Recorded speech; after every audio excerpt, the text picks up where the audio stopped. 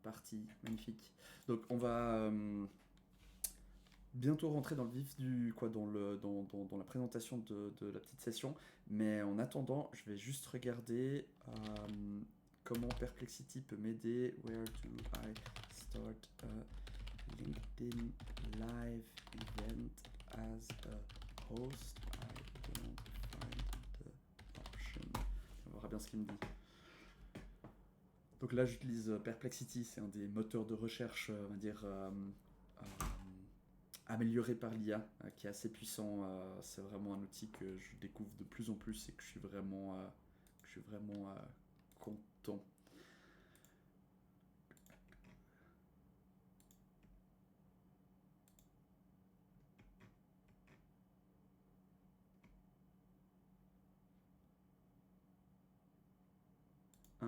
Peut-être que peut-être qu'au niveau de l'event, j'aurais dû plus encore. J'aurais peut-être dû faire quelque chose, mais ça.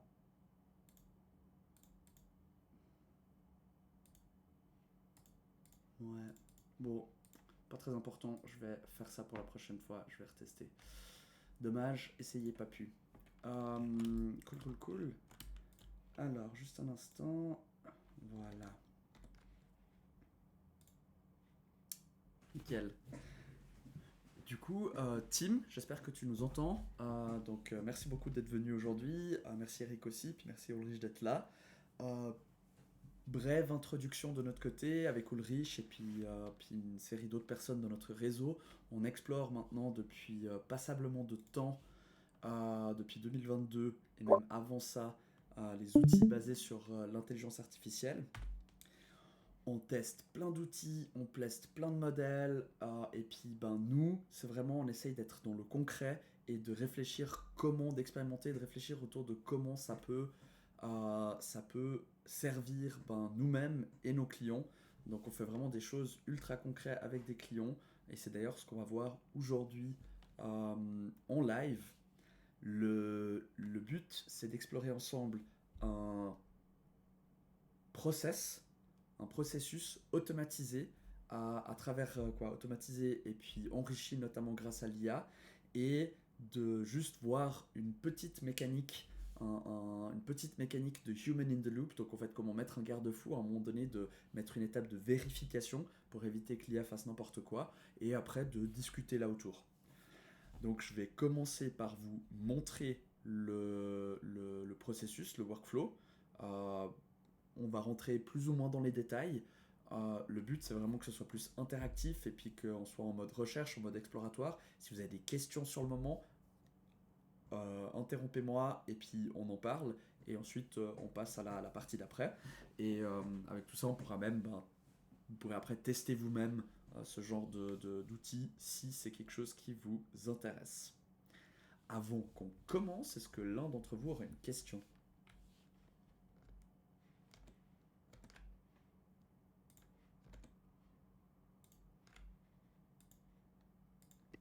Non, vas-y.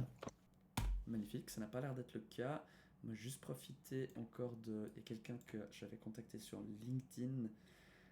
Je vais profiter de quand même lui balancer le lien, même si là, si jamais ils vont me le rejoindre un peu plus tard. Alors. Petite question, c'est bien le team de bord cadre? J'ai cru reconnaître la voix, mais je suis pas sûr. Oui, c'est bien moi, Ah, ouais. ok, d'accord. Mm. Ok, salut team. Salut, Ulrich. Le monde Ouais, est petit. désolé, je me suis pas vraiment présenté. Je juste rejoint le lien que Timo m'avait envoyé. Ok, cool, bah welcome. Merci.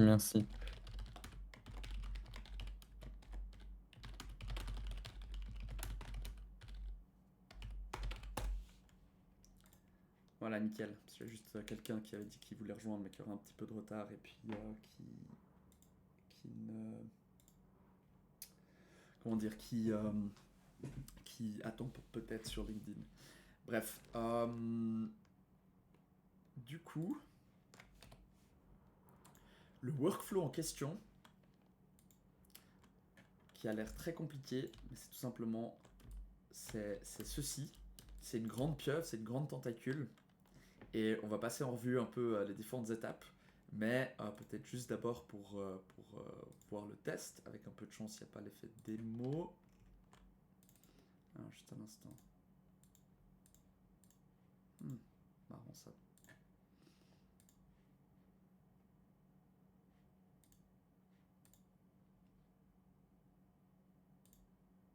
Alors, on va tester le workflow. Là, je suis sur Telegram. C'est une alternative à WhatsApp. C'est un outil de messagerie exactement comme WhatsApp. Donc là, on va juste faire un petit test. Little Helper. Paf. C'est comme ça que ça se passe. De l'autre côté, c'est en train d'être... ça a fait toute une arborescence. Donc, c'est passé par la première étape, le trigger. C'est arrivé dans un endroit de tri. Et ça a choisi une voie. Et à la fin... on est exactement au moment qui nous intéresse aujourd'hui, le côté human in the loop. Là, j'ai reçu du coup une notification qui me dit une petite synthèse IA, c'est juste parce que là j'ai envoyé un message, en l'occurrence c'est ultra simple avec juste 2 mots, Little Helper, donc la synthèse IA elle n'est pas très pertinente, mais il faut imaginer là à la place un message, un texte un peu plus long, un message vocal, une petite vidéo, une image, ça peut être plus complexe, et puis il me fait une synthèse, et après droit derrière c'est Human in the Loop, merci de me confirmer de qui parle cet input. Pourquoi est-ce que j'ai implémenté ça? Tout simplement parce que c'est vraiment un outil que j'ai utilisé, que Ulrich et moi avons utilisé lundi lors d'un atelier qu'on a fait avec une organisation où le but c'était de faire un peu presque du customer discovery, faire un peu faire du UX research.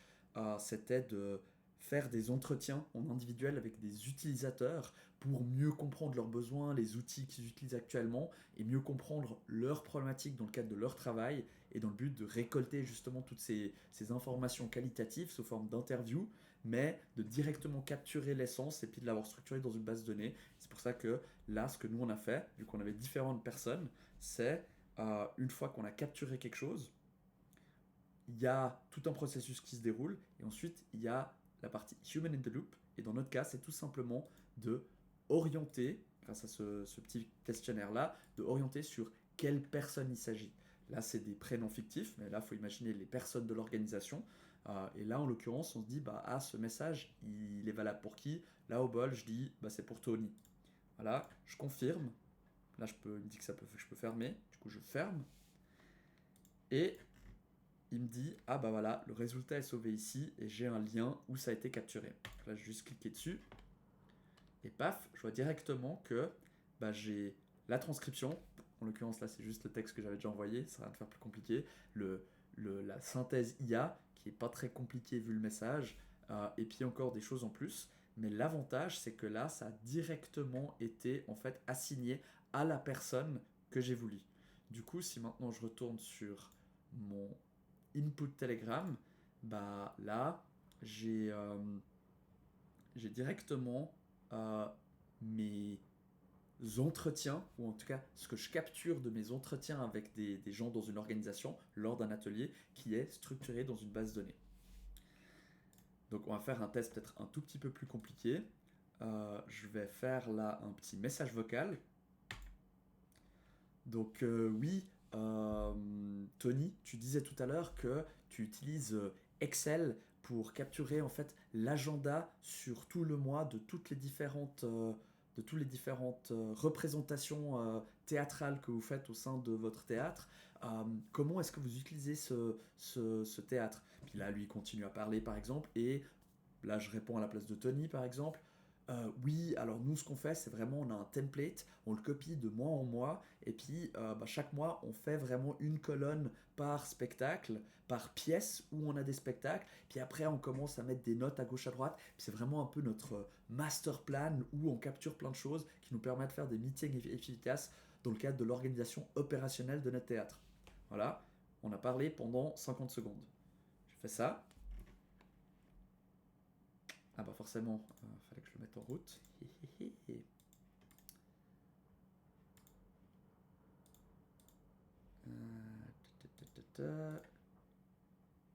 Voilà, ça a marché. Donc là, la petite synthétia, c'est genre, Tony explique qu'il utilise Excel pour organiser l'agenda mensuel, etc. Donc là déjà, on peut être sûr que l'audio qui a été capturé, ça parle bien de la même chose qu'on vient de parler, ça paraît juste, au pire on peut toujours le réécouter là, mais direct c'est de confirmer de qui parle cet input.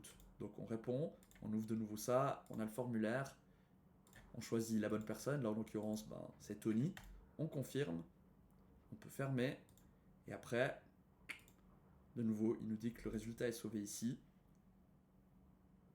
Paf, là on a du coup la synthèse, la transcription dans son ensemble, donc vraiment, ouais bon là c'était pas 50 minutes mais 50 secondes, à moins que je sois trompé, et c'est directement assigné à la bonne personne. Puis le but c'est de nouveau qu'on revienne là, et qu'au fur et à mesure de l'atelier, on ait capturé toutes les choses les unes après les autres, et que ce soit déjà pré-structuré pour une analyse par la suite qui est beaucoup plus simplifiée pour nous en tant qu'organisateurs de l'atelier.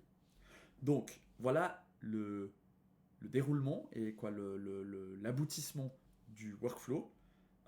Avant que je me lance dans l'explication concrète de ce qui se passe dans l'arrière-boutique, parce que là déjà maintenant vous avez des questions. Salut Chibi, j'imagine que c'est Miguel.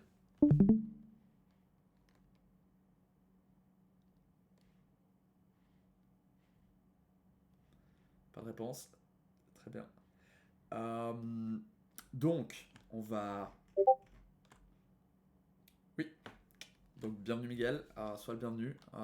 On commençait justement à regarder dans les détails le workflow automatisé que j'ai mis en place. Donc, il faut s'imaginer que le but, c'est d'avoir une interface de capture, que là, en l'occurrence, j'ai choisi Telegram pour son ouverture, sa flexibilité, sa facilité de prise en main, dans le sens que l'expérience utilisateur, elle est aussi fluide que par exemple WhatsApp, et c'est très facile de programmer un bot sur Telegram, et une finalité. Donc là, en l'occurrence, on travaille avec Notion. La base de données que vous voyez ici, c'est Notion. Et c'est ça l'aboutissement. Donc ça, c'est finalement le output. Donc de l'input, l'output. Et puis au milieu, il y a toute une série de programmation, on va dire, qui profitent de l'IA à certaines étapes, mais dans le but de justement transformer cet output dans cet input dans l'output qu'on veut. Et là, la question c'est pourquoi ça a l'air aussi compliqué. C'est là qu'on va aller un peu plus dans le détail, en allant vraiment étape par étape. Donc là déjà, je suis sur un outil qui s'appelle N8N, c'est un intégrateur qui permet d'intégrer différents outils web, on va dire, comme Telegram, Notion, comme Google Sheet, comme Google Drive. Il y a plein de différentes possibilités d'intégrer des outils que les gens utilisent dans le but justement de fluidifier et automatiser un certain nombre de processus de travail. Donc là, j'ai un premier node, premier bloc qui fait que c'est un trigger.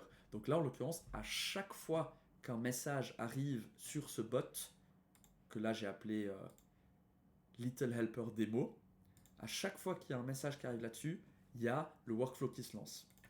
Après, du coup, j'ai fait une première étape de filtrage, c'est que si le filtrage est juste, il se passe rien. Et en l'occurrence, le filtrage, c'est est-ce qu'il y a une commande du bot, donc c'est-à-dire un message qui vient automatiser de la part du bot, que nous, on ne veut pas que ça génère un workflow.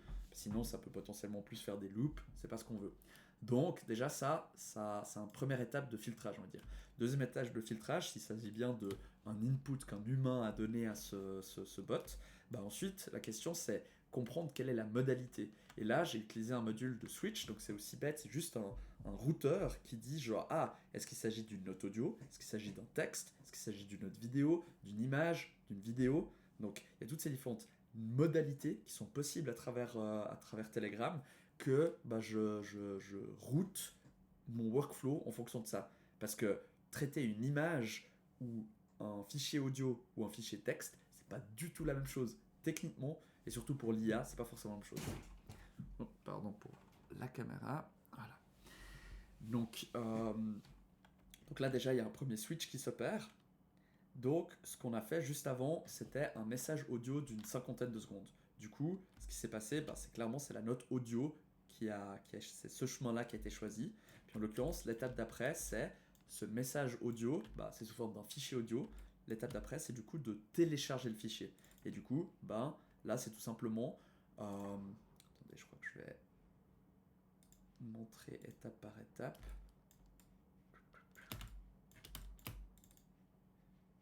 ça. Ceci est un test en live de la session de Open Research MemoWays.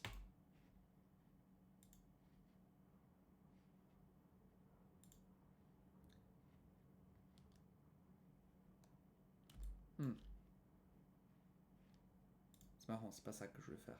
Alors, attendez juste un instant. Test. Ceci est un message audio test pour la session Open Research de MemoWays. Voilà. Voilà. Donc j'ai mon premier input, il est là. L'étape d'après, c'est le filtrage. En l'occurrence, il est fait. C'est bien un vrai message et pas un message d'un bot. Ensuite, on fait switch. Là, on voit que c'est la note audio. Du coup, l'étape d'après, c'est de choper le fichier. Et là, le fichier, c'est que on reçoit un payload, on reçoit toute une série de données de la part de Telegram. Donc, c'est pas seulement le fichier audio qui est transmis, c'est en fait de qui ça vient, qui est l'utilisateur, quel chat ID, quelle date, etc. Donc, il y a la durée du message, etc. Donc, il y a toute une série de données qui sont passées dans ce trigger Telegram. Et là, j'utilise un truc spécifique, c'est en l'occurrence l'ID du fichier qui me permet de le télécharger. Là, je vais le tester, puis en l'occurrence, paf, ça marche, j'ai bien pu le télécharger. L'étape d'après, c'est là, je me dis, ça peut être cool de uploader ça dans un Google Drive. Vous comprendrez plus tard pourquoi. Donc là, en l'occurrence, j'ai paramétré mon Google Drive, puis je fais en sorte que ces données, elles soient uploadées dans Google Drive. Donc je fais tout simplement, voilà, paf, puis du coup, c'est uploadé dans Google Drive. Donc là, ce qu'on voit, par exemple, c'est le WebView Link. J'ai qu'à prendre ça. J'ouvre ici et paf, c'est mon fichier. On peut le réécouter si on veut. Ceci est un message audio. Voilà. L'étape d'après, aussi bizarre que ça puisse paraître, c'est de retélécharger le fichier. Là, il y a sûrement, au niveau design de ce workflow, il y a sûrement des choses beaucoup, beaucoup plus élégantes à faire, mais c'est un prototype, donc l'important pour moi, c'était que ça fonctionne. C'était pas forcément que ce soit très joli, parfait et efficient. Mais là, en l'occurrence, je dois retélécharger le fichier pour la simple et bonne raison que la première fois que je l'ai téléchargé, je l'ai obtenu sous forme binaire, donc c'est littéralement sur le serveur N8N, sur cette application. J'ai reçu les données brutes sous forme binaire, et après je les ai uploadées dans Google Drive, et cet outil-là, N8N, est configuré du moment qu'on utilise le binaire, il est plus disponible pour le reste du workflow, en tout cas à ma connaissance. Du coup, je suis obligé un peu de le retélécharger, ce qui est un peu redondant, mais bon, voilà, c'est comme ça. L'étape d'après, c'est de transcrire le fichier. Puis là, j'utilise OpenAI et je peux lui passer de nouveau ce fichier binaire et je peux lui envoyer. Puis en l'occurrence, il va retranscrire. Vous voyez que c'est ultra rapide, c'est presque instantané. Ceci est un message audio test pour la session d'Open Research de MemoWays. Là, on voit déjà, même s'il est très bon pour retranscrire les mots génériques de la langue française, quand il y a des choses spécifiques comme MemoWays, là, MemoOAS, il ne gère pas encore très bien. Il y a plein de possibilités, si ça vous intéresse, on peut en parler tout à l'heure. Il y a des possibilités pour améliorer ce côté-là, pour les mots spécifiques, en mettant à disposition un dictionnaire qui est spécifique au contexte ou à sa personne et tout. C'est plein de choses à mettre en place, mais là, en fait, c'est suffisant parce que l'essence du message, il s'agit d'un message audio test. C'est l'essence du texte qui compte, et pas forcément les détails. Dans notre cas, en tout cas. L'étape d'après, en fait, c'est de nouveau j'utilise OpenAI, mais si jamais là, vous avez vu, il y a un petit succès ou erreur, donc ça c'est juste au cas où ça foire au niveau de OpenAI, je peux utiliser un autre outil, un autre prestataire, puis en l'occurrence là c'est Deepgram, c'est un autre prestataire qui offre un moteur de transcription de messages audio, du coup au cas où ça foire, notamment parce que le OpenAI c'est limité à 25 MB, si ça se trouve c'est très vite qu'on dépasse ça, et puis du coup si le fichier est trop gros, et ainsi de suite. De la même façon, je ne l'ai pas mentionné tout à l'heure, puis c'est un détail, mais finalement, dans l'éventualité où ici le fichier était trop gros pour être téléchargé, j'ai fait un erreur, et du coup ça vient à ici, où c'est tout simplement un retour. Le fichier partagé est trop volumineux, et du coup, dans ma conversation, je sais que je dois peut-être envoyer un message audio plus petit, plus court, etc. Donc voilà, on se retrouve maintenant à l'étape où on a d'un fichier audio obtenu du texte. Avant qu'on continue, est-ce que là il y a déjà des réactions, des questions, des choses qui, ça vous paraît, c'est des choses que vous connaissez, c'est des choses qui ne vous parlent pas du tout? Est-ce que vous avez des suggestions de faire mieux?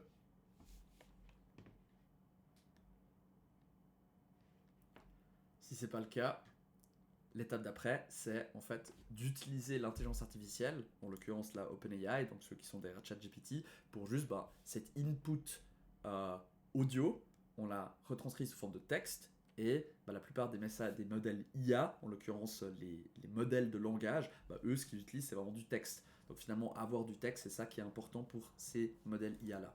Donc là l'étape d'après, je fais une prompt hyper simple, c'est tout simplement résume ce message vocal, et j'ai ajouté la transcription qui est fournie dynamiquement. Donc là, à la place de ceci, on peut avoir le message que j'ai envoyé pour Tony tout à l'heure, qui est beaucoup plus long, et c'est pris en compte. Donc là, après, on teste cette étape-là, et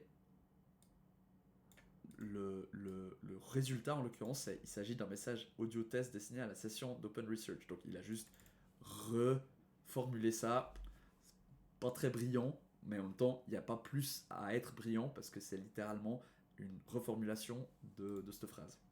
L'étape d'après, c'est que j'ai ces outputs, et avant de pouvoir les remettre au propre et les outputer dans la base de données et puis sur notre conversation Telegram, il faut que je les normalise. Du coup, l'étape d'après, c'est en fait de normaliser l'output. Et là, je prépare un certain nombre de variables, comme par exemple la transcription, le output AI, la modalité, le chat ID, etc. Et puis je prends de modules spécifiques. Donc là, en l'occurrence, le output IA, ça vient de ce module-là. Mais si je retourne en arrière, par exemple, le fichier URL qu'on avait sur Google Drive, c'est quelques nodes en arrière, donc là en l'occurrence 4 nodes en arrière, qui là vient récupérer un champ spécifique qui est l'URL de Google Drive que je vous ai montré tout à l'heure, qui est pris. Et du coup, une fois que ça c'est normalisé, grâce à cette fonction, on va dire, de set, où je définis les variables comme moi je l'ai envie, c'est fait. Et après, il y a un agrégateur, un merge, ça permet de faire fusionner, puis lui, il est configuré pour que, peu importe d'où vienne la donnée, il va prendre la première donnée qui arrive et il va la passer plus loin. Et du coup, ça permet en fait après de faire reconverger les différentes branches de mon workflow. Donc là, on va juste retester, paf, ça a l'air d'avoir marché, nickel. Et après, c'est... Ouais, bon, après, là, je sais pas comment faire tester le truc. Parce que, voilà. Mais l'étape d'après, après, j'ai une étape ici où si le output de l'IA et la transcription est trop lourde, c'est-à-dire est trop volumineuse en termes de texte, en l'occurrence dépasse 2000 caractères, ce qui n'est pas grand-chose, il coupe le texte et passe seulement les 2000 premiers caractères. Pourquoi j'ai mis ça en place spécifiquement par rapport à la finalité qu'on a avec ce client, avec cette démo, c'est que dans Notion, en fait, le protocole d'interfaçage qui s'appelle une API est limité à 2000 caractères par item qu'on transfère, et du coup, ça fait foirer tout le workflow si on limite pas le nombre de caractères. Donc c'est pour ça que j'ai dû mettre en place un truc qui limite le nombre de caractères. L'étape d'après, c'est d'envoyer ce message que vous avez vu tout à l'heure de voilà la synthèse IA, merci de confirmer de qui parle cet input. Donc ça c'est l'étape d'après, c'est le human in the loop, et c'est aussi bête que le message qui est de merci de confirmer de qui parle cet input, et là c'est pas très joli et c'est pas très dynamique et automatisé, mais j'ai différentes options, l'option de toutes les personnes que je veux dans mon workflow. En l'occurrence on a justement le Tony, le Gerald, le Stacy, Bruce, Lindy, etc. Et peut-être encore juste une option annuler, recommencer. Donc là, tout à l'heure, j'avais choisi Tony, mais il se peut aussi que je fasse genre ah mais je me suis trompé, je fais annuler, recommencer, et du coup c'est pour ça que là il y a un petit if, donc un si, et du coup si il s'agit de annuler, recommencer, tout simplement un message de tu peux recommencer, voilà, et après tu recommences, ou sinon c'est ensuite dans une base de données, il va chercher toutes les personnes qui existent dans cette base de données de collaborateurs, où il y a notamment Stacy, Tony, etc., les personnages fictifs que je vous ai montrés tout à l'heure. Il filtre basé sur le output de Human in the Loop tout à l'heure, et en fonction de ça, il prépare la requête pour envoyer sur Notion, qui est du coup de, en fait, passer le payload et uploader les choses. Et là, c'est du code vraiment. C'est le texte, la transcription, le output IA, de qui il s'agit, la modalité, le collaborateur, etc. Et ensuite, c'est grâce à ça que c'est disponible dans notre base de données Notion. Mais là, à la place, on pourrait utiliser un Google Spreadsheet, un Excel, ce genre de choses, une base de données plus sophistiquée, plein de possibilités. Et à la fin, encore un petit message de confirmation avec l'URL de ce qui a été généré comme page Notion en l'occurrence. Donc voilà le workflow et comment c'est défini. Et ça, j'ai dû faire une pieuvre tentaculaire parce que chacune des modalités, en fait, nécessite un embranchement spécifique parce que les données ne proviennent pas des mêmes champs. Et du coup, pour que ce soit robuste, il faut vraiment paramétrer chaque champ. Pour l'instant, c'est très limité en termes d'utilisation de l'IA, dans le sens que c'est que dans la retranscription ou la resynthétisation ou la transformation du texte qu'on obtient de la transcription qui est utilisé ici, et le reste c'est plutôt de la programmation traditionnelle et existante, on va dire. L'étape d'après, c'est qu'on pourrait tout à fait imaginer remplacer ça par quelque chose de relativement simple, un module en fait d'un agent IA qui, lui en l'occurrence, c'est ici, qui lui en l'occurrence va prendre un input. Il y a un agent IA qui va grosso modo lui faire potentiellement tout ça, ce qui se passe en arrière-boutique, grâce à des outils, mais lui-même il va itérer et puis se dire genre de qui est-ce qu'il s'agit, etc. Et du coup c'est avec ce genre d'outils plus sophistiqués que ce sera hyper important d'avoir des human in the loop, c'est-à-dire tout simplement potentiellement un approval, c'est-à-dire un message qui redit un message qui dit est-ce que tu approuves cet input de l'IA? Oui, non. Sinon, il réitère jusqu'à ce que ce soit bon. Ou alors, si oui, ça passe à l'étape d'après du workflow. Donc voilà ce que j'ai à vous proposer et à vous présenter aujourd'hui. J'espère que ça vous a parlé. Et le but, c'est vraiment maintenant que on explore ensemble, on discute. Quoi ça vous fait penser? Qu'est-ce que vous comprenez pas? Qu'est-ce qui vous interpelle? Comment vous voyez appliquer ça à votre propre vie, à votre propre scénario d'usage, dans le cadre professionnel, dans le cadre privé? Qu'est-ce que ça vous fait réagir? Je vous écoute.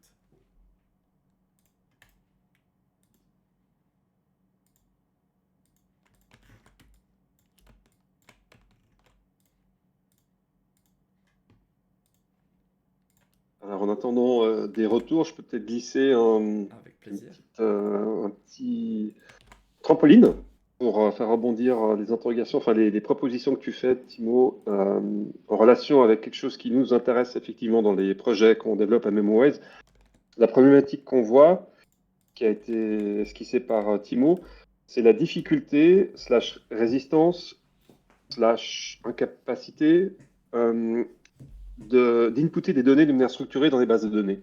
Donc c'est face à ce problème en fait qu'on se dit une manière de permettre à des équipes, mais aussi à des managers, enfin à des porteurs de projets, de rentrer des données d'une manière structurée dans une base de données, c'est de ne pas les mettre devant la base de données, parce que ça on voit que ça marche pas, mais d'avoir une manière vocale très organique de téléphoner à leur base de données. Parce qu'en fait, la plupart des gens, ils ont tout dans leur tête, ils arrivent à dire ce qu'ils savent et ce qu'ils veulent par un téléphone, mais ils ont de la peine à le faire face à une base de données. Donc c'est face à ce constat que on a développé ce genre de mécanisme, là pour un client bien particulier, mais on a déjà prototypé d'autres usages pour des personnes qui sont la tête dans le guidon 24 heures sur 24, qui font du micromanagement et qui ont de la peine en fait à, à déléguer et à rentrer justement des données d'une manière structurée quelque part. Et c'est dans ce sens-là que ce que vient de montrer Timo, c'est un très bon prototype aussi pour tester quelque chose de plus large qui j'espère, nous l'espérons, puisse permettre à des collaborateurs, des porteurs de projets, des managers, de moins souffrir face aux outils d'aujourd'hui et qu'on puisse tous collectivement profiter des données structurées. Parce qu'en fait, on rêve tous, on a tous une sorte de fantasme face à l'IA, c'est que avec l'IA, en fait, on peut automagiquement euh, récupérer d'une manière précise des données non structurées, c'est-à-dire ce qu'il y a dans nos mails, ce qu'il y a dans le WhatsApp, ce qu'il y a dans nos têtes. Et bien sûr, ça marchera pas, en fait, ça marchera jamais. D'où l'enjeu de mettre les choses de manière structurée, comme l'a montré Timo. Euh, un des enjeux, c'est effectivement aussi de se poser la question du human in the loop. Et ça, je trouve que c'était très bien montré, en fait, les différents moments de la danse. En fait, il faut imaginer ça comme une danse. Puis moi, je trouve assez cool maintenant que l'informatique nous permet de rentrer dans du relationnel, en fait, dans des interactions, avec des micro-interactions et qui sont très intuitives et très instinctives et très directes. Et au final, on peut même se dire que l'interface d'entrée, ça limite même pas un bot Telegram, mais c'est une interaction avec quelque chose qui se développe à l'écran. On a quelques idées pour ça. On va pas le teaser forcément maintenant, mais disons le fait de pouvoir interagir avec un système sans forcément savoir que c'est une base de données, mais on sait que ce qu'on fait va servir à quelque chose et on aura la possibilité de le voir à l'œuvre très rapidement derrière. Donc ça, c'est un peu pour placer tout ça sur un horizon plus large. Alors, je sais pas si ça vous parle, ça va sûrement parler à Tim. Il va très bien voir de qui je parle en disant ça. Peut-être que ça vous fait Oui. réagir, cette ouverture d'horizon.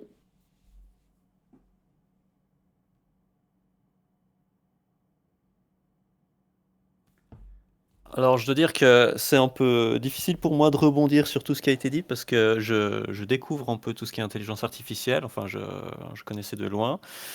Donc là, ben, suite à cette présentation, ce n'est pas que je n'ai aucun intérêt ou c'est juste que je ne sais pas quoi dire en fait parce que ça travaille un peu dans mon cerveau.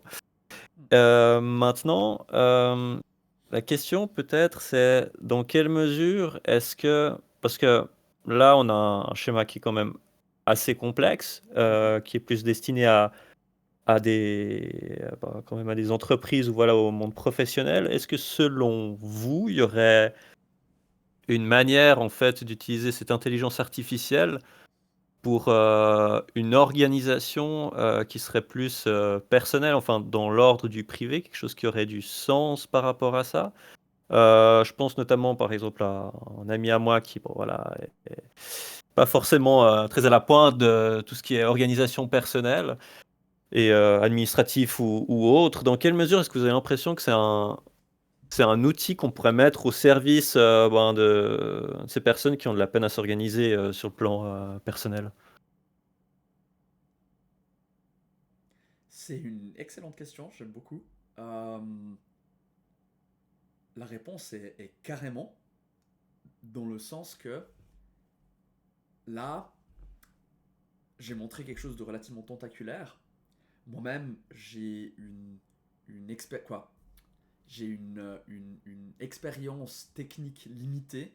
Il y a plein de bonnes pratiques qui ont été développées, on va dire, dans le métier de programmation, de software engineer, etc., qui fait que sûrement cette pieuvre tentaculaire peut être sûrement beaucoup plus lean, beaucoup plus optimisée, et surtout là, bah voilà, c'est aussi un outil d'intégrateur qui permet de prototyper et beaucoup d'applications derrière. Tout ça, c'est vraiment du pur code et c'est beaucoup plus optimisé, plus joli, plus clean et voilà.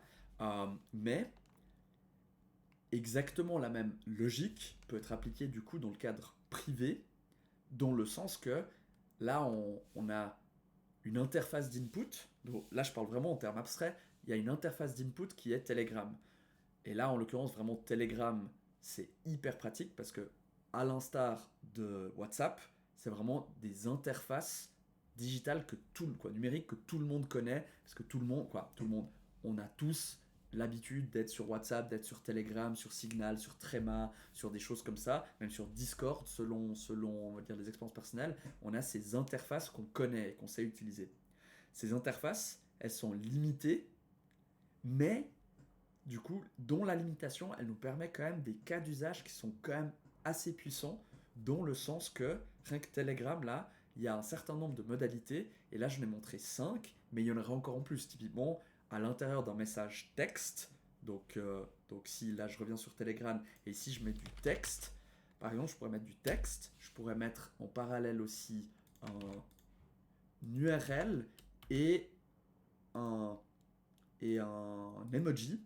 Donc là, typiquement, même si, grosso modo, dans la structuration de l'API, justement, du côté Telegram, c'est un message textuel, on pourrait tout à fait ensuite avoir une étape qui split entre du vrai texte, une URL et un emoji. Et potentiellement, donc bref, c'est encore des modalités supplémentaires. Mais pour revenir pour montrer que là, les cinq modalités que j'ai fait, bah, il y en a encore quelques-unes en plus, mais elles ne sont pas infinies. Et ça nous permet d'être dans la contrainte. Mais du coup, pour chacune de ces contraintes de modalités d'interaction, bah, en fait, il y a tout un champ des possibles qui s'ouvre. Et typiquement, bah, pourquoi je travaille avec des notes audio, c'est que justement, l'écriture, c'est quand même, ça demande du temps, de la précision, ça demande de ressources cognitives, c'est beaucoup plus fluide, en tout cas, ça dépend pour qui, etc. Mais si on outrepasse on va dire le blocage potentiellement émotionnel de faire un message vocal, qu'on ne se sent peut-être pas tout le temps de le faire, plus on est à l'aise avec ça, et puis il y a beaucoup de gens qui sont très à l'aise avec ça, faire une note audio, pendant juste 2 minutes, expliquer ce que, de façon fluide, dans notre cerveau, on parle à bâton rompu, droit derrière, on peut le capturer, le retranscrire. Donc là, potentiellement, il y a des petites erreurs, mais ça, chaque jour, c'est amélioré. Du coup, il y a vraiment la transcription automatisée qui est hyper précise. Et du moment qu'on a ce texte, maintenant, grâce aux modèles comme ChatGPT et autres, vraiment, tout ce texte, il peut être reprocessé de 1000 façons différentes. Il peut être raccourci, il peut être réduit, c'est-à-dire synthétisé, il peut être enrichi, on peut rajouter des choses, des informations supplémentaires, des questions, reformuler de façon beaucoup plus fluide. Genre par exemple, tu pourrais parler genre voilà le contenu de ma lettre de motivation, tu balances 2-3 mots-clés, puis après lui derrière il fait des belles phrases, etc. Puis tu as ta lettre de motivation. Donc ça c'est enrichir. Pardon pour la caméra. On peut reformater, donc plutôt que dans un style, c'est reformaté dans un autre style. Donc bref, il y a plein de possibilités de transformer le texte. Et du coup, justement, dans le cas que tu dis de ton ami, idéalement, s'il n'est pas forcément très organisé, c'est juste que quotidiennement, il se fait souvent des notes vocales de ce qu'il a en tête pour que ce soit plus dans sa tête. Et ensuite, c'est par exemple mis dans un spreadsheet Google ou n'importe quel autre outil. Ça peut être un outil de tâches, ça dépend. Il y a plein d'outils qui sont connus. S'il est ouvert et qu'il peut s'interfacer facilement dans ce genre de workflow, on peut immédiatement créer des tâches dans un outil. Et puis après, il a ces tâches qui sont structurées. Puis idéalement même, là, le défi, il n'est pas seulement technique, il est aussi humain, dans le sens que tu peux avoir un outil de capture incroyable, tu peux capturer des informations, tu peux avoir un outil de gestion des tâches qui est incroyable, qui est hyper fluide, etc. Si la personne elle va jamais dessus ou elle va jamais faire le suivi, ça sert à rien. Donc c'est là où la technique a ses limites et au bout d'un moment on en vient aussi à comment faire interagir l'utilisateur ou comment inciter l'utilisateur à venir dans cet espace numérique où les choses sont faciles à être transformées dont le but que ça lui serve. Et du coup, dans le cadre de ton ami, potentiellement, c'est que c'est mis dans un spreadsheet, puis après peut-être quelqu'un d'autre a aussi accès à ce spreadsheet et puis peut l'aider pour ses différentes tâches, notamment dans le cadre d'une association et tout. On peut centraliser, genre dans le cadre de notre troupe, on peut imaginer que tout le monde donne un retour par ça, tout est centralisé dans un tableau, un spreadsheet, puis après quelqu'un va éplucher ligne par ligne et on extrait genre il faut qu'on fasse ça pour le prochain spectacle, il faut pas qu'on oublie ci, etc., etc. Et dans certains cas, tu te dis, ouais, c'est compliqué pour rien, mais bon, à l'échelle d'une organisation où il y a peut-être 200 collaborateurs, juste centraliser toutes les doléances, par exemple, c'est incroyable. Je sais pas si ça répond un peu à ta question, je me suis peut-être un peu trop étendu, ça te parle ? Oui, on peut, oui, effectivement. C'est vrai que je crois qu'un de ses plus grands problèmes, c'est de réussir à synthétiser les choses. Et puis, effectivement, probablement que si on arrive à. C'est quelqu'un qui réfléchit quand même énormément, et je crois que c'est toujours un peu le boxon dans sa tête. C'est vrai qu'en fait, cet élément-là, peut-être que si on peut lui retirer cette charge mentale, en fait, de se structurer par lui-même, et puis qu'on. Ouais, ok. Bah, alors ça, c'est pas mal pour le coup, parce que c'est Ouais. vrai que, ben, souvent l'IA, c'est associé quand même à un certain business. On en parle un peu moins dans le domaine du personnel, j'ai l'impression, enfin et autre que poser la question à ChatGPT, ouais, que veut dire gna gna gna et du coup, c'était une interrogation qui me venait, quoi. Comment sortir, l'IA du domaine professionnel pour, une application qui est plus, pour l'individu, quoi? Mhm. Donc Bah, ouais, très bien. alors, bah, franchement, à discuter avec grand plaisir, si ça te motive, on peut discuter soit juste les deux, soit directement avec ton ami. C'est des cas d'usage qu'on peut très bien prototyper, tu vois. Un petit bot comme ça, je peux tout à fait mettre à disposition pour juste voir un peu ce que ça donne si plutôt qu'il ait tout dans sa tête, qu'il commence un peu à offloader tout ce qu'il a dans sa tête dans une petite base de données, genre un spreadsheet Google, et puis voir si ça peut aider. Je sais pas, j'ai compris, c'est dans le cadre d'une association, bah, si c'est le cas, ça peut peut-être servir d'autres personnes qui sont en attente de lui, qui a tout dans sa tête. Pour faire un parallèle, typiquement avec le monde du cinéma, bah, typiquement dans le monde du cinéma, dans le cadre d'une production, le réalisateur, il a énormément de choses à gérer différentes, et souvent c'est les personnes qui, en plus de ça, ont leur vision, on va dire, un peu artistique. Et du coup, ils ont besoin d'avoir le contrôle. Mais ce qui fait qu'ils sont complètement dépassés parce que non seulement ils doivent avoir un point de vue sur la production, sur le côté artistique, sur le fait que ils aient le film qu'ils veulent, mais en parallèle de ça, ils doivent gérer des choses logistiques, des choses d'hôtel, des choses de catering, etc. Puis souvent, c'est juste beaucoup trop pour eux. Idéalement, ils délèguent un maximum, mais même dans la délégation, les personnes à qui ils délèguent les choses, si ces personnes n'ont pas les informations, c'est difficile pour ces personnes d'être aidées, quoi, de aider la personne, le réalisateur. Et du coup, typiquement, pour une personne comme ça, c'est parfait de juste pouvoir offloader un peu plein de trucs et que les données, elles soient quelque part à disposition des gens qui veulent soutenir, donc par exemple des assistants de production qui s'occupent des aspects logistiques et opérationnels, plutôt que de devoir en permanence demander au réalisateur genre j'ai besoin d'informations pour ci, etc. Et après genre souvent la personne elle shut down et puis genre elle est dépassée par ce qui se passe. Donc pour faire un parallèle avec un métier bien spécifique. Donc si c'est quelque chose qui t'intéresse, on peut en discuter à l'occasion. Petit Ouais Ulrich, ça a coupé 2 secondes, on n'a pas entendu la suite. mon micro, il y a un appel, 2 secondes. Ok, Je rebondis après s'il y a t'inquiète, t'inquiète, encore t'inquiète, on d'intérêt. t'entend, ouais, ouais, nickel. Tim, ça te fait penser quoi? Ouais, alors moi j'avais surtout des questions enfin, moi je trouvais ça très très bien. Je trouve le modèle C'est cool. Pieuvre qui est vraiment génial, enfin, parce que ça donne vraiment une vue d'ensemble de tout ce qui se passe en fait, avec les conditions et où ça se termine. Enfin, si ça aboutit pas, on voit très clairement pourquoi ça s'est pas abouti. Donc je trouvais ça top. Après, moi j'avais des questions surtout par rapport à quel point tu peux paramétrer les choses.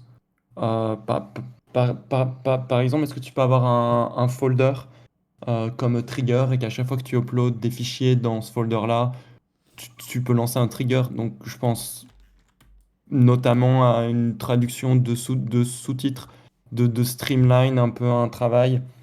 Euh, genre, par exemple, on balance un sous-titre et ça le décortique lui-même avec un peu de code. Je sais pas si tu peux mettre du Python, du Java ou... Enfin là, j'ai vu, tu m'as montré, il y avait du code Java. Est-ce que c'est uniquement Java ou est-ce que... Alors typiquement là, N8N, moi-même, je ne connais pas toutes les possibilités, et ça c'est une plateforme parmi tant d'autres, c'est celle qui est vraiment en ce moment hyper en vogue, parce que c'est une des rares plateformes d'intégration, on va dire celui qui domine le marché en ce moment, mondialement c'est Zapier, Zapier. Sur le marché européen, c'est Make, parce qu'ils ont vraiment peaufiné le côté genre on a tous les serveurs en Europe, du coup les entreprises européennes préfèrent Make. C'est un peu les deux grands. Et N8N, c'est arrivé droit derrière. Ils ont une version gratuite, une version, on va dire, pour le privé, qui est plus ou moins gratuite. Et ils ont une version Enterprise, qui est très grande. Mais le truc qui est vraiment cool, et pourquoi c'est vraiment cet intégrateur-là, qui a cette plateforme qui est en vogue en ce moment, c'est que tu peux faire tu peux faire des serveurs self-host. Là, on voit, c'est na10.memoways.com. C'est vraiment que nous, en fait, on a installé ce serveur. Donc, c'est en modèle open source. Et du coup, c'est vrai que nous, on est propriétaire de ce serveur. Donc, on profite de la technologie, mais on a la complète maîtrise du serveur. Dans le sens qu'il y a les données qui rentrent là-dedans, on les maîtrise complètement. Et là, pour revenir à toi, bien sûr, le trigger, là, il était face à Telegram, parce que Telegram, c'est une interface qui est pratique pour l'utilisateur, mais on pourrait tout à fait imaginer quelque chose de beaucoup plus, on va dire, de maintenance, que ce soit Google Drive ou Dropbox. C'est genre, le trigger, c'est quand un nouveau fichier est ajouté à un folder Dropbox ou Google Drive, et qui répond à certaines normes, ou par exemple un filtre ou un if, etc., ben c'est là qu'un workflow est processé, est lancé. Et typiquement, pour te montrer, donc là, c'est toujours dans le cas de Telegram, parce que c'est ça qui est préparé, mais il faut faire juste l'alternate, montrer ça sous forme de Google Drive. Si maintenant j'ai en fait une note vidéo, surtout une note vidéo, c'est donc, contrairement à une vidéo, c'est une vidéo que tu partages. Une note vidéo, c'est la même façon que tu fais un message vocal, tu peux faire un message vidéo. Donc c'est déjà préformaté, un format rond, etc. Bref, là, le binary qu'on obtient, en fait, attendez, je vais essayer en fait. Je vais juste. Ah merde, forcément ça n'a pas marché. Juste un instant. Paf.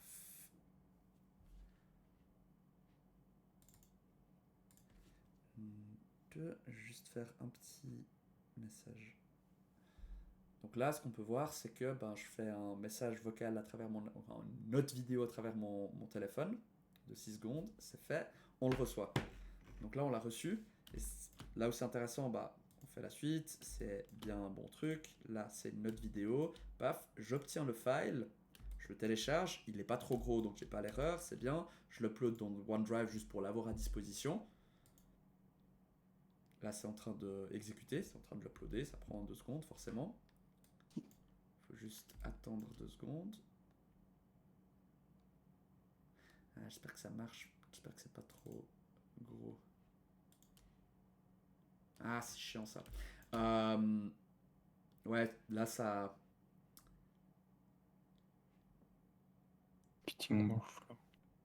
Ouais, non, c'est un peu chiant, il faut que je le kill. Je vais juste outrepasser cette étape-là et directement passer à ça. On va faire... j'espère que ça marche. Ouais, j'espère que ça a marché. Allez, on refait. Voilà, deuxième message vocal à travers Telegram, juste pour montrer rapidement ce qui se passe. Paf. Ok, ça marche. Voilà.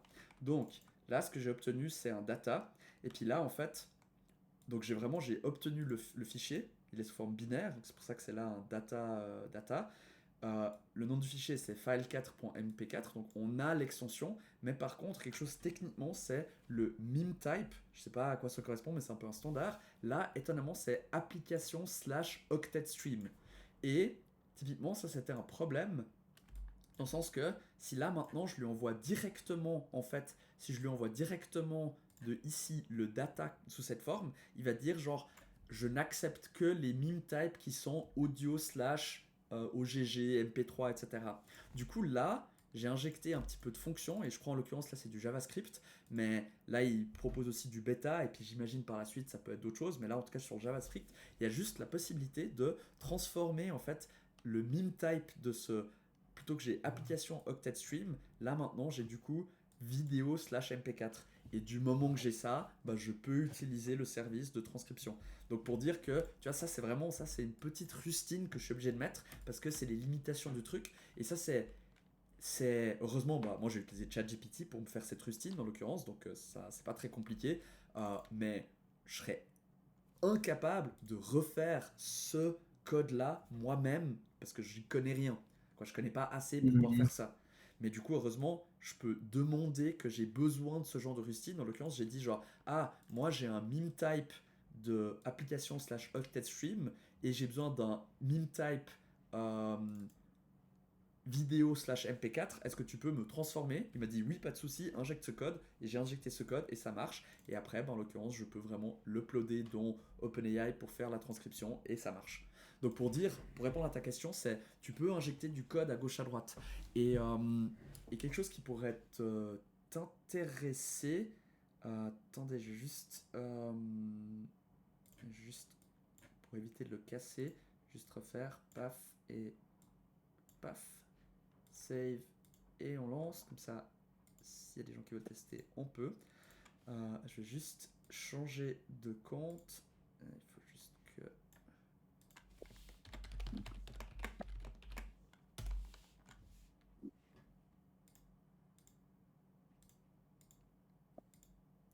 Voilà, je change juste de compte et je vous montre. Bah, toi, Tim, ça peut t'intéresser de nouveau. Ce que j'ai fait l'autre jour, c'était où? Voilà, c'était là. Typiquement, là, je suis sur un autre workflow qui est très similaire. Et le truc, c'est que bah, à la fin, moi, j'ai envie d'avoir tout ça dans une Airtable qui soit joliment mis. Et là, le seul moyen pour pouvoir, dans l'outil final qui est Airtable, lire les fiches audio directement dans l'outil, bah, je suis obligé d'avoir un MP3 et pas un OGG qui est le format qui est obtenu de Telegram. Et là, en l'occurrence, le truc que j'ai fait, c'est qu'à un moment donné, littéralement, j'ai fait que sur le serveur, donc c'est vraiment littéralement, c'est pas sur mon ordinateur, mais sur le serveur où est N8N, le binary, le fichier téléchargé audio, il le lit, il exécute une commande, en l'occurrence le ffmpeg qui est installé.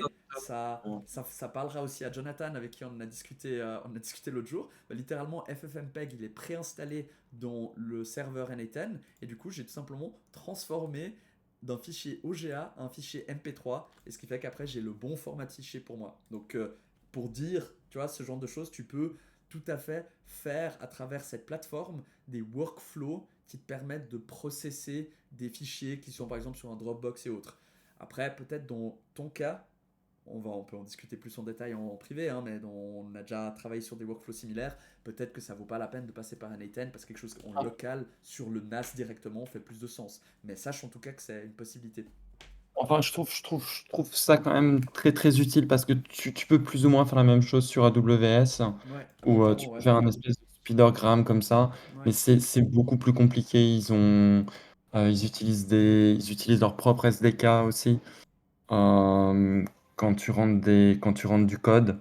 En fait, il faut que tu utilises. En fait, tu peux pas directement juste avoir une node avec une node de code où tu lui dis juste exécute juste ce code-là à cette étape. En fait, il faut que tu lui donnes un code dès le début en utilisant l'SDK de Amazon et que tu lui dises quoi exécuter sur leur plateforme en fait. C'est pas aussi simplifié. Oui, Tu peux faire la même chose, mais ça demande beaucoup plus de, ça ouais, ça j'imagine. demande plus de ressources. Bon, après, l'avantage d'Amazon, c'est que tu as des machines virtuelles auxquelles tu peux accéder. Donc, tu peux directement. Enfin, là, je ne sais pas comment le code, il est. Enfin, à quel point le bash, je ne sais pas s'il utilise votre serveur local ou un serveur en ligne ou. Ça Enfin, c'est une bonne la question, commande mais de bash, ouais. MPEG Ouais, que là en vous aviez. l'occurrence, ça c'est une bonne question, mais ça c'est du côté de la gestion du serveur, puis ça c'est Nicolas en l'occurrence qui gère. Pas de souci, merci Miguel, merci beaucoup d'être venu. À l'occasion, si tu veux en discuter, n'hésite pas. Et puis merci en tout cas pour ta présence, ça fait plaisir. Ciao Miguel. Il vient d'envoyer un message sur le channel. Donc ouais, ça c'est quelqu'un d'autre qui gère le serveur dans l'arrière-boutique. Et puis là en l'occurrence, là j'ai pas les connaissances, donc je connais Ok. pas. Mais en effet, c'est tout à fait possible, tu vois, dans le sens qu'il y a pas mal de choses qui sont possibles à travers ça. Ouais, ouais, mais c'est très très promettant, ouais. Ça a l'air vraiment pratique. Tu m'étonnes. Et peut-être par rapport à ça, est-ce que je l'ai déjà ici?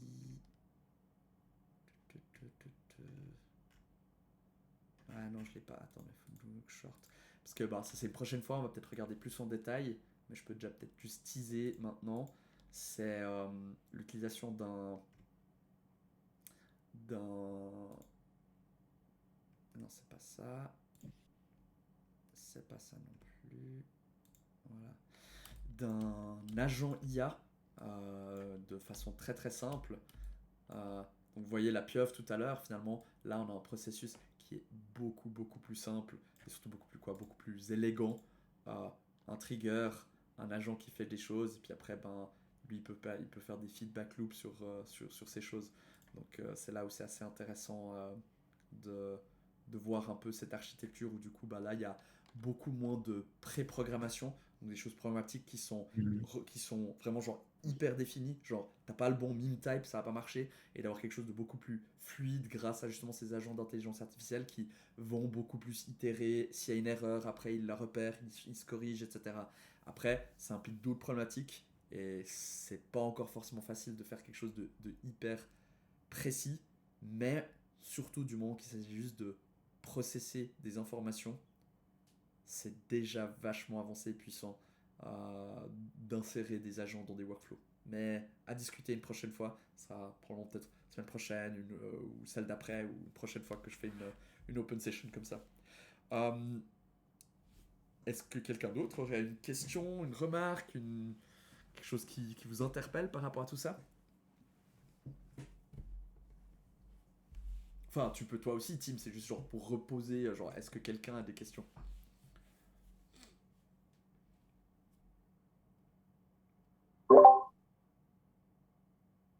Enfin, moi, j'ai plein de questions, mais peut-être dans Non, une autre bah, session.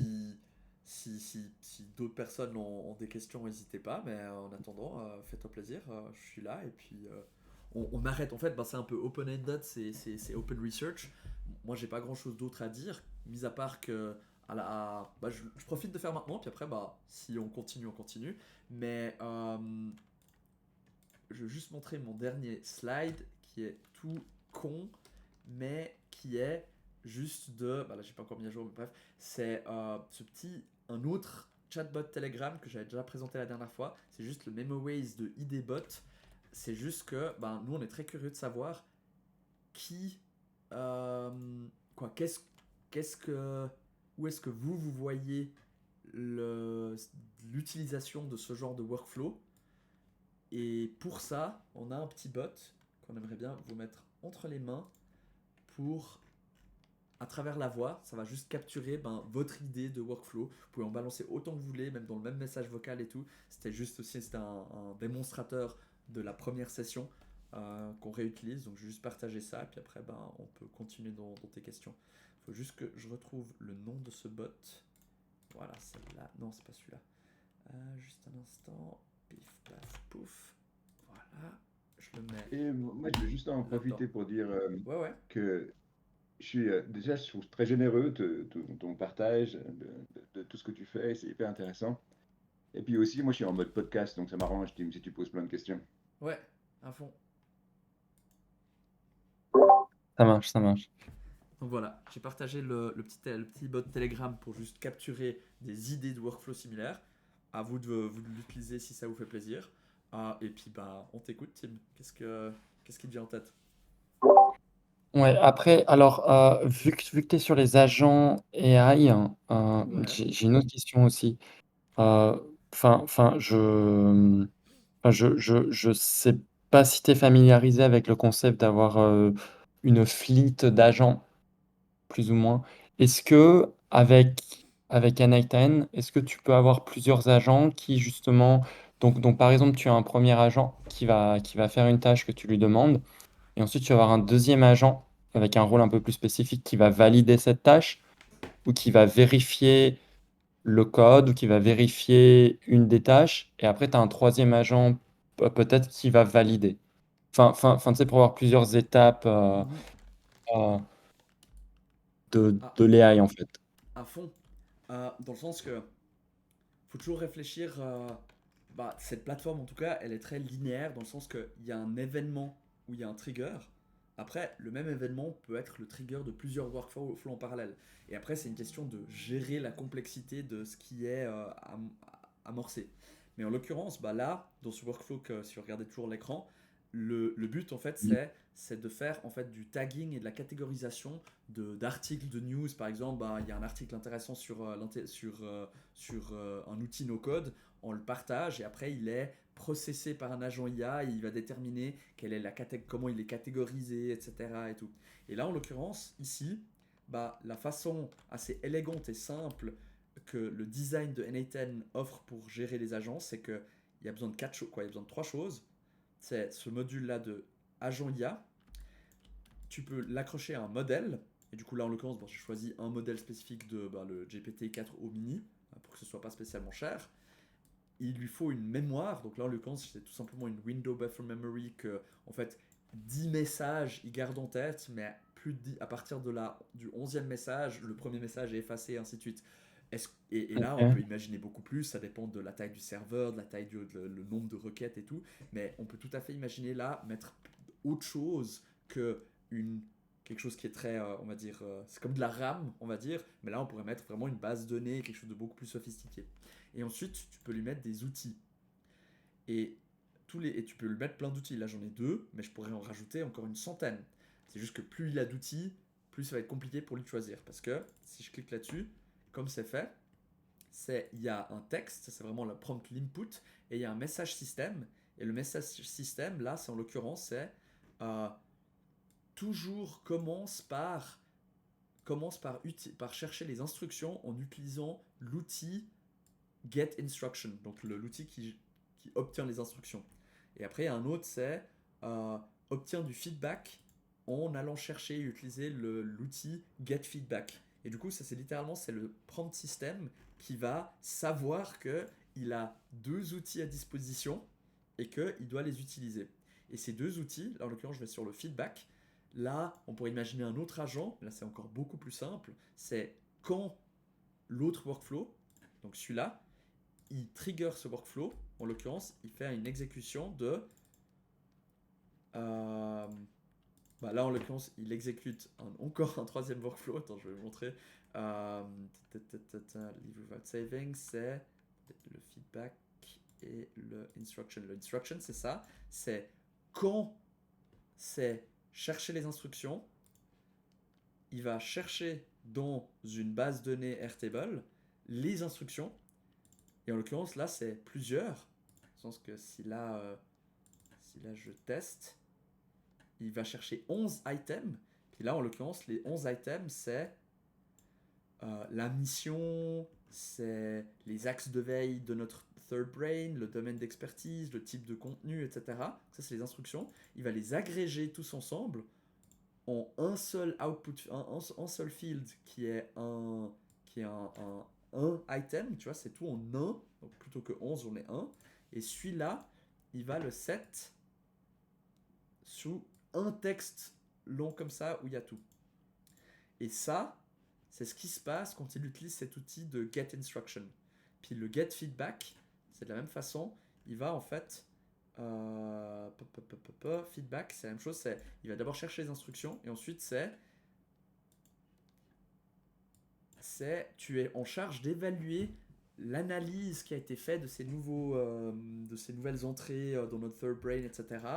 Définis si basé sur les instructions. Et puis il y a une instruction en plus, c'est que le output doit être sous cette forme-là, sous description, voilà, et score. Et en l'occurrence, ça permet d'avoir un output qui est facilement traitable par l'agent qui est ici. Donc là, ce que je te propose, on va tout de suite tester. Normalement, il y a des nouvelles choses qui sont tout à fait possibles de tester. On va voir ce qui se passe. Test. Paf. Donc là, il a été cherché. Et là, maintenant, il est en train d'itérer. Il a fait une fois, il a obtenu un feedback. Là, il retourne et il est en train de réfléchir plus. Donc là, il crunch. Là, il va chercher du feedback. Ça crunch. Attends. Il refait. Là, il refait un feedback. Donc pour l'instant, pardon. Ah là là, j'ai ma caméra qui à chaque fois fout le camp parce qu'elle n'est pas bien positionnée.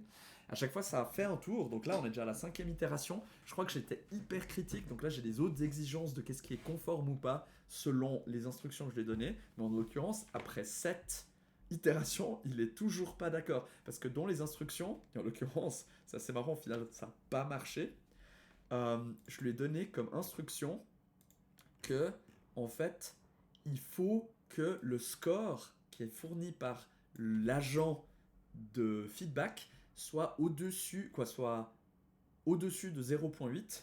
Du coup, s'il est en dessous de 0.8, il faut qu'il refasse un loop de feedback parce que c'est pas assez bien.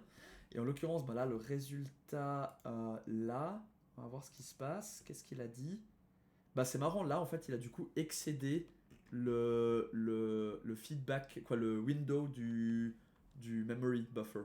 Donc il a pas Ok. assez de mémoire pour pouvoir gérer en fait ses feedbacks. Donc c'est là où je vais peut-être maintenant juste baisser ça à, je sais pas, 0.3. On va voir ce qui se passe.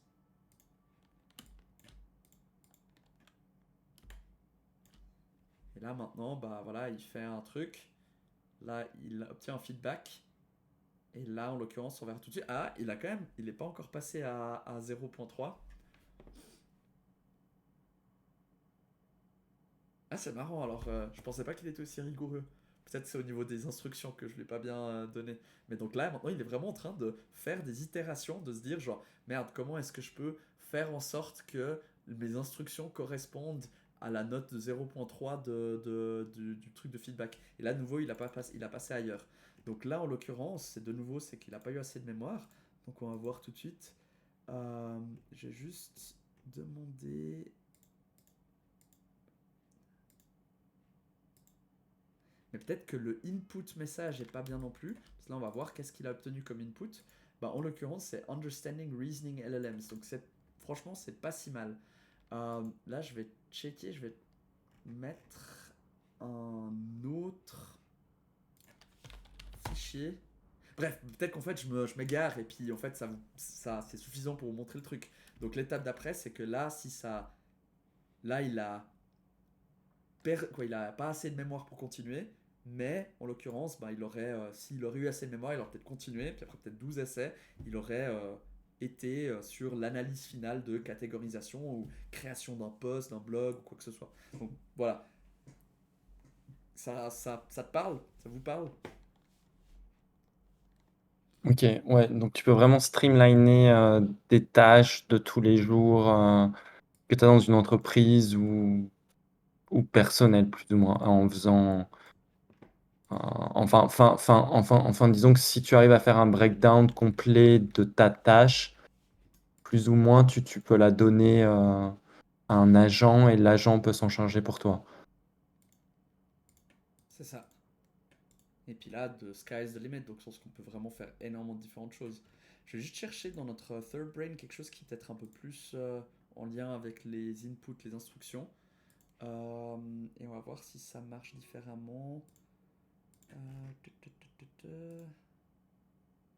Voilà, on va tester avec celui-là. Avec un peu de chance, ça a marché. Analyse, to be analyzed, c'est bon.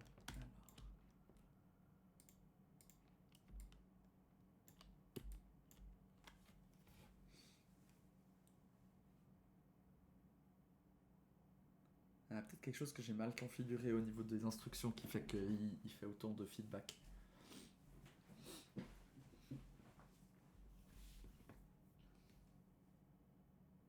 Bah voilà, ce qu'on va faire plutôt, c'est que je vais rapidement changer ça et je vais voir pour changer les instructions, c'est genre perform, non, use the below steps to generate a blog post of one page on the new entry. Voilà.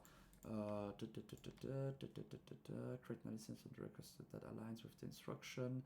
Get feedback score. No. The final output should be no.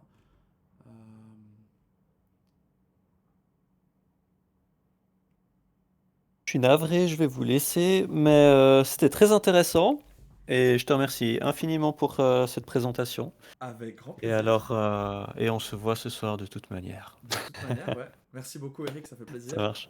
Au plaisir de rediscuter de ça ou de use case avec ton ami. Mais merci en tout cas d'être venu. Merci pour tes inputs et tes questions. Ça fait plaisir. Et, passe Mais une bonne avec après-midi. plaisir. Merci de Merci, Eric. même. Allez, Allez, ciao, bonne ciao. continuation. Salut. Donc voilà, on va juste. J'ai changé les instructions. Et peut-être que là, ça va te donner quelque chose de plus intéressant.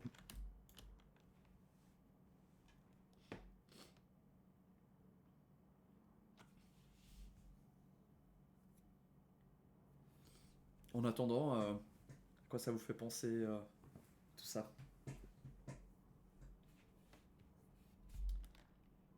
Ouais, de nouveau, là, c'est quelque chose que j'ai. C'est encore. Là, c'est même pas un prototype. Hein. C'est même pas encore démo ready. Donc, sûrement des choses qu'il faut que je revoie au niveau paramétrisation. mais vous voyez un peu le principe.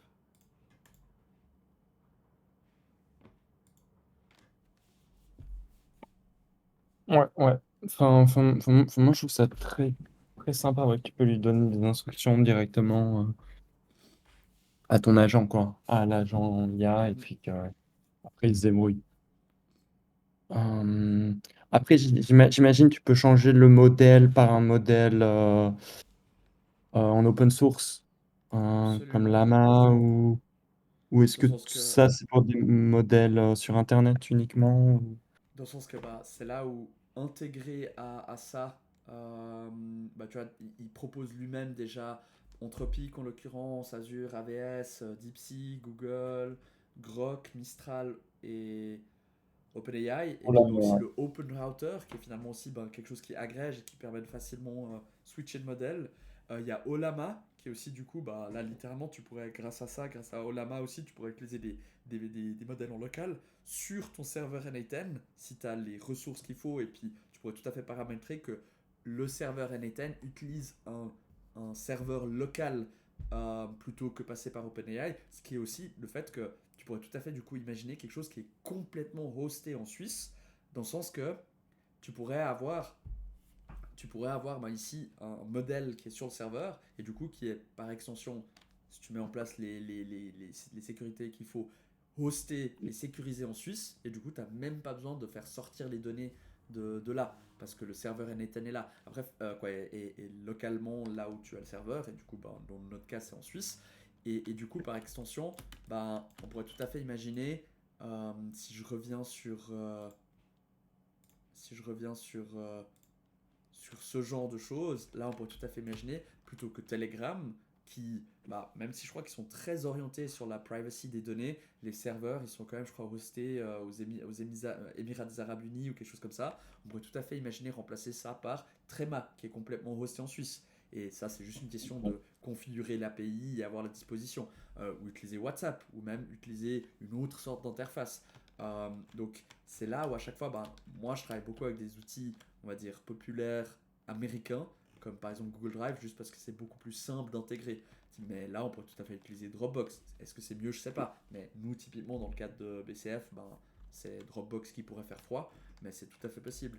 Et c'est là où, même au niveau des modèles, moi, par simplicité, j'utilise le modèle OpenAI, mais tu peux tout à fait utiliser des modèles locaux, des modèles open source ou des autres prestataires comme Anthropic, Mistral et autres.